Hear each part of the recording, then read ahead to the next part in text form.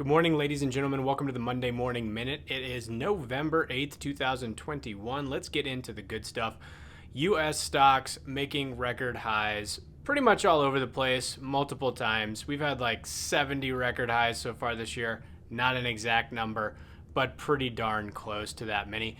Internationals were up quite a bit last week, along with almost all of the major emerging markets with the exception of China. So the overall EM index was down just a teeny little bit last week, but most of the components were up. Kind of something like we broke down with the divergence in emerging markets performance during our Q4 Outlook video. So if you haven't seen that video yet, go look at it on YouTube. Pretty awesome stuff, lots of in-depth information, and all of it is really pretty accurate so far. So kind of exciting to have things not outdated only a couple weeks after putting it out there. Big spending plan got through this weekend, being touted as a huge win for Democrats and President Biden.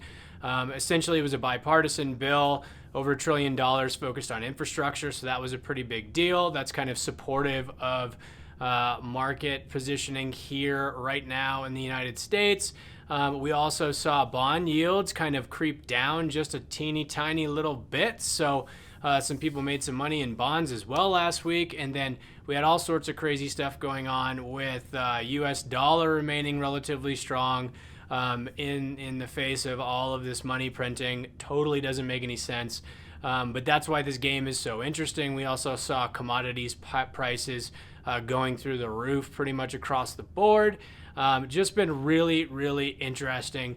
The Federal Reserve has essentially said that they are going to initiate their tapering, which essentially just means they're going to buy less bonds every month until they get to the point where they're no longer expanding the balance sheet. But they're going to still be accommodative in terms of enormous amounts of liquidity in the system. They're not talking about contracting the balance sheet. They're just not going to expand it as quickly.